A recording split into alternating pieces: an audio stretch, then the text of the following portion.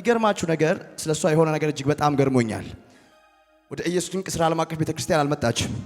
ነገር ግን ቤቷ ቁጭ ብላ አባቴ በእምነት የሚጸልየውን ጸሎት ነው አሜን ብላ የተቀበለችው። ስትነግረኝ እንደዚህ አለችኝ፣ ለ13 ዓመት ሙሉ በኪንታሮት በሽታ ምክንያት ዳይፐር አድርጌ ነበር የምኖረው አለች። ደም ይፈሰኛል፣ መቀመጥ አልችልም፣ መውጣት አልችልም፣ መግባት አልችልም። ለአንድ ዓመት አይደለም፣ ለሁለት ዓመት አይደለም፣ ለሶስት ዓመት አይደለም፣ ለ13 ዓመት አለች። የመጀመሪያ ልጄን ከመውለዴ በፊት ጀምሮ አለች። የሚገርመው ነገር በተለያየ ዓለም ሀገራት ያላችሁ ወደዚህ ጉባኤ መምጣት የማትችሉ ይህን ቴሌቪዥን የምትመለከቱ አሁን ባላችሁበት ስፍራ ላይ የእግዚአብሔር ጣት ያገኛችኋል። እጸልያለሁ እያለ ሐዋርያው ሲያውጅ ቴሌቪዥን እየተከታተልኩ ነበርና በእምነት አሜን አልኩኝ። በጣም የገረመኝ ነገር ለ13 ዓመት ሙሉ ይፈሰኝ የነበረ ደም፣ ለ13 ዓመት ሙሉ ያሰቃየኝ የነበረ ኪንታሮት አሜን ብዬ ተኝቼ ስነሳ ማለዳ ላይ የለም። ለጌታ ክብር አጨብጭቡልኝ አለች። እባካችሁ ከዚህ በላይ ከፍ አድርጋችሁ ለጌታ ክብር አጨብጭቡ። በዛው አያይዞ ሐዋርያው ድጋሚ እንደዚህ እያለ ይጸልይ ነበር። ከናንተ የተለየ ከናንተ የጠፋ የናንተ የሆነ እጃችሁ መግባት ሲኖርበት የተለያየ የተለቀሰበት ነገር እግዚአብሔር አዋጅን ገልብጦ በቅርብ ወደ እጃችሁ ይገባል ሲል አሜን አልኩኝ። ስለ እህቴ አለችኝ። እህቴ ከቤት ወጥታ ከጠፋች 18 ዓመት ነው አለችኝ። 18 ዓመት ሙሉ እህቴን አግኝተናት አናቅም። እንደ ቤተሰብ ተስፋ ቆርጠናል። ሞታለች የሚል ወሬም ተወርቷል። ተስፋ የቆረጥንበትን የሞት አዋጅ እግዚአብሔር ገልብጦት ከ18 ዓመት በኋላ በሐዋርያው ጸሎት አልፎ እግዚአብሔር ከተለያየዋት እህቴ ጋር አገናኝቶናል። ታች ደግማችሁ ለጌታ ክብር ባካችሁ አጨብጭቡ። ይቺ እህቴ በጣም እየገረመኝ ነው። ስለ እናቷ ነው የቆመችው።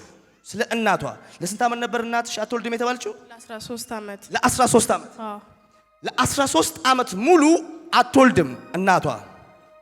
ክብር ለኢየሱስ ይሁን። ወደ ኢየሱስ ድንቅ ሥራ ዓለም አቀፍ ቤተክርስቲያን ስለ እናቷ ልታጸልይ የመጣችውም እሷ ነች። አባ እንደዚህ ሐኪሞች ኦሬዲ እንደማትወልድ ተናግረው ነበር። ምን ብለው ነበር? አትወልድም ያለሽን ልጆችን አሳድግ አሏት። ከዛን እንደዛ ስሏት እኔ ወደዚህ መጣሁ። ከዛን የእግዚአብሔር ሰው እንኪ እናትሽ ትወልዳለች ይሄ ውሃ አጠጫት ብሎ ሰጠኝ። እኔ እጄ የሰጠው ወንድ ልጅ ወለደች።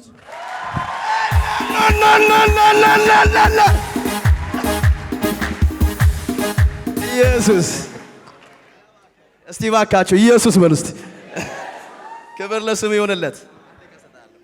እሺ እኔ ስሜ ወልደ ወጋሶ ይባላል። የመጣሁት ከዚህ ከዳቶ ነው። እግዚአብሔር ያደረገልኝ ሲስተር በጣም ታማ ነበረች። ባስኬቶ ልዩ ወረዳ ላይ ታማ ወንድሜው ጋር ነበረች። ከዛ ወደዚህ ይዘው ታማ ፊት ለፊቷ ዞር ብለው ነበረ። ከዛ ገሳው ስጋ አመጣሁት። ካመጣው በኋላ ጸለየልኝ። ፈጣሪ ይመስገን አሁን በሰላም ኖርማል ሆኖ እግዚአብሔርን አመሰግኑ ብላለች። እኔም አመሰግናለሁ፣ እናንተም አመሰግኑ። ኢየሱስ ጌታ ከዚህ በላይ አመስግኑለት። እያወራ ያለው ነገር ባይዘዌ ትንሽ ከበድ ይላል። ሲነግረኝ እንደዚህ ያለኝ እህቴ ጤነኛ እህት ነበረችኝ። ነገር ግን መንፈስ ማለት የቀትር ጋኔል ነው በጥፊ ያጣመማት ይመስለኛል። እህቴ ኦሬዲ ይሄ ፊቷ ወደ ግራ ዞራል። ኢየሱስ ጌታ ነው። ዞረ። ኦልሞስት በሕክምና ስንሞክር ምንም አይነት መፍትሄ የለውም። ከሐኪሞች እውቀት በላይ ነው። ቀጥታ ወደ ኢየሱስ ድንቅ ሥራ ዓለም አቀፍ ቤተክርስቲያን ለአንድ ወር እኮ ነው ወዳጆቼ፣ የአገሬ ሰዎች፣ እህቶቼ፣ እናቶቼ ለአንድ ወር ጀስት በቃ እንደዚህ ነው የምትንቀሳቀሰው። ከዚህም በላይ ነው አይደል? በደንብ ዞረ፣ ፊቷ ዞረ፣ እንደዚህ ወደዚህ ዞረ። ሐዋርያው ጋር መጣናት። ሐዋርያው ጸለየ። ያ ተጣሞ የነበረ ፊት ኢየሱስ ክርስቶስ ጌታ። ለጌታ ክብር ይጨበጨባል። ሃሌሉያ። እሺ ስሜ አላሙ ይባላለሁ። የዚሁ ቸርች አባል ነኝ። ከዚህ በፊት 2016 እኔ በጣም ይሄ ወገቤ ያመኝ ነበር፣ እንደ ኩላሊት በጣም ያመኛል። ግን ይመመኝ እንጂ ሐኪም ቤት ለመሄድ በጣም ፈራለሁ። እኛ አካባቢ በኩላሊት የሞተ ሰው ስለነበረ በቃ እኔ መሞቴ ነው ብዬ በጣም ሳቀው፣ ፈራው። አሁን ሰው አንተ ሰው ለብር እያዘንክ በቃ ሞቴ ልትቀር ነው ሐኪም ቤት ሂዳሉኝ። እኔ እዚህ ደግሞ የተጸለየ ዘይት ወስጄ እየተቀባው እዚህ እከታተላለሁና ሐኪም ቤት ሄድኩ። አረ እንደው ባካችሁ ይሄ ነገር ሻርልኝ እግዚአብሔር እያልኩኝ ሲሄድ 2-3 ቀን መርምሮ አያኝ እንትሩን ሰርሳንዱ ምድሮ አነሳ የለም አለ። ምንም በሽታ የለም አለ። እኔ ያመመኝ እንደገና የለም ይለኛል። ነብዬ ጉባኤ መሃል እስቲ 40 ዕድሜ የሞላችሁ ሰዎች ውጡ አለ። ሲባል ጊዜ ወጣን። ከገባን በኋላ አለሙ ፈረንጃ ማጦነ አዎ ተንበርከካለኝ ወገቤን ያዛለ። አልሞትም በላል አልሞትም። ጉልበቴን ተነስና ያዛለ። ጉልበቴ በርግጥ ያመኛል ያዛለ። አይቆረጥም በላል አይቆረጥም። እግዚአብሔር የተመሰገነ ይሁን። ከዛ ወዲህ ሰላም ነኝ፣ ይሻለኛል። ከሞትም ያው ተሽሮልኝ እስካሁን በህይወት ያለው እግዚአብሔር ያመስግን። ክብር ለኢየሱስ ይሁን።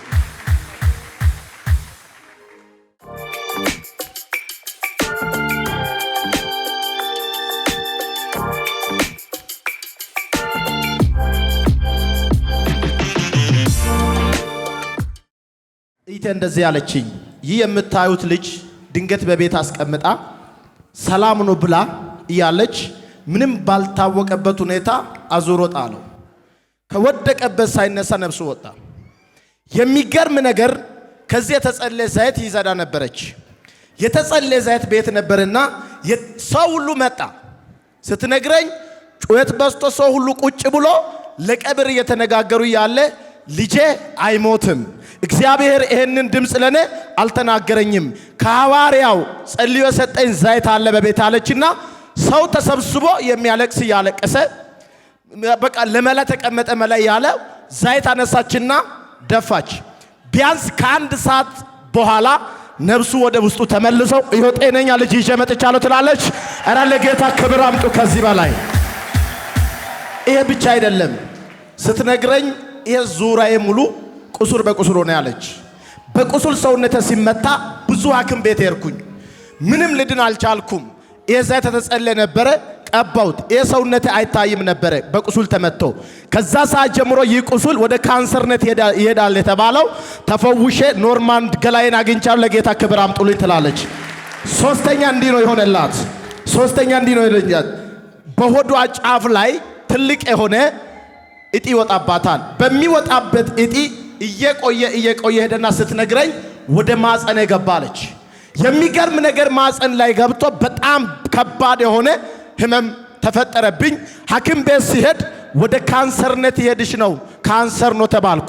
ይህንንም አዋጅ ሰማሁት። ሐዋርያው የጸለየ ዘይት ቤት ነበረ። ያ ያበጠው ቦታ ላይ ቀባውት፣ ፈንድቶ ወጣለች። አረ ለጌታ ክብር አምጡ፣ ለኢየሱስ ክብር አምጡለት።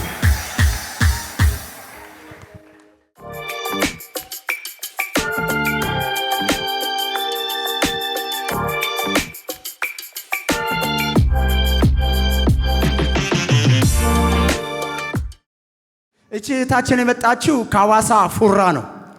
ድንገት የመጣችው ነቢይ ሕያው ጢሞቴዎስ እዛ ላይኛው ግቢ እያገለገለ ልጇ በጣም ይታመማል። በጣም ታሞ ተቸግሮ ያለ ነው የመጣችውና ነቢይ ሕያው እንደዚህ አለ።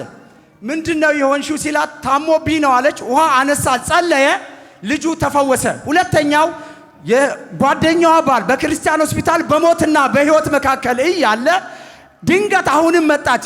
አሁንም ነቢይ ሕያው እንደዚህ አለ፣ አይሞትም ይፈወሳል አለና ውሃውን ጸልዮ ሰጠ።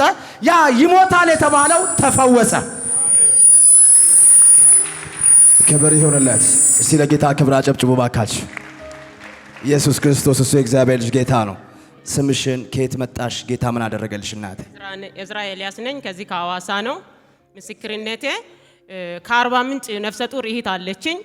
ከአርባ ምንጭ ደወለችና ኢሮብ እስራኤል ጋር ትሄጃለሽ አለችኝ። አዎ ይሄዳለሁ አልኩ። ባክሽኒ ህፃኑ ሆዴ ውስጥ እኮ 5 ኪሎ ሆኗል፣ ኦፕራሲዮን ትሆኛለሽ ተብያለሁ፣ አጸልይ አለችኝ። እሺ ብዬ የዛሬ ሳምንት በእምነት መጣውና እዛ መጨረሻ ነበርኩኝ።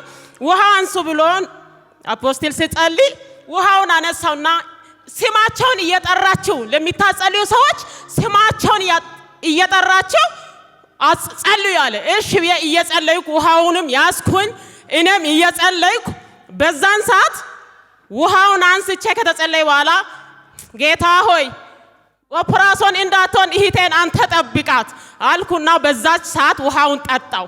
ከዛ ማታ ወደ ቤት ሲሄድ እልፍነሽ እኮ ኦፕራሲዮን ሳትሆን ወልዳለች ተባለ። በዛው ቀን። ሃሌሉያ።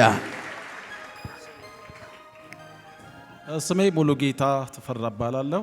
የመጣሁኝ ከዚሁ ከዳቶ ነው። ከዚህ በፊት መስክሬላችሁ የሰማችሁ የተወሰነውን ፓርት አለ። እነዚያም ላልሰሙት የግድ መስማት ስላለባቸው አልተዋቸውም።